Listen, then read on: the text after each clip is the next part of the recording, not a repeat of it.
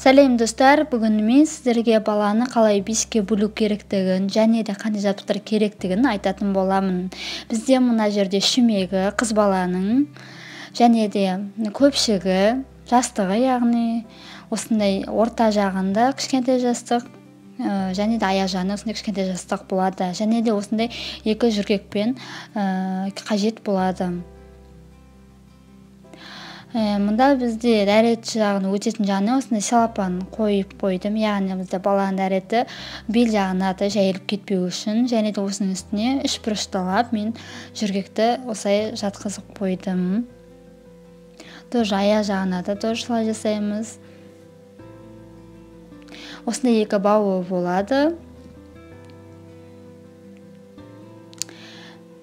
Міне достар, ендігі кезекте біз баламызды беске бөлетін боламыз. Менде қызым 1 жастан кеткен қызым. Сіздерге беске қалай бөлу керектігін көрсететін боламын. Видеоны соңына дейін көріңіздер.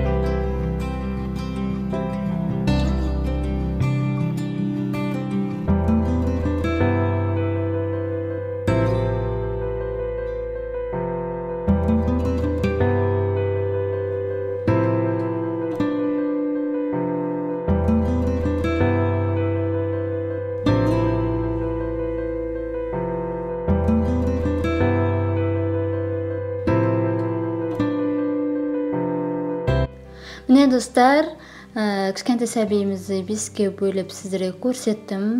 Видеоның соңына дейін көргендеріңізге рахмет. Менің каналыма тіркелуді ұмытпаңыздар. Рахмет сіздерге.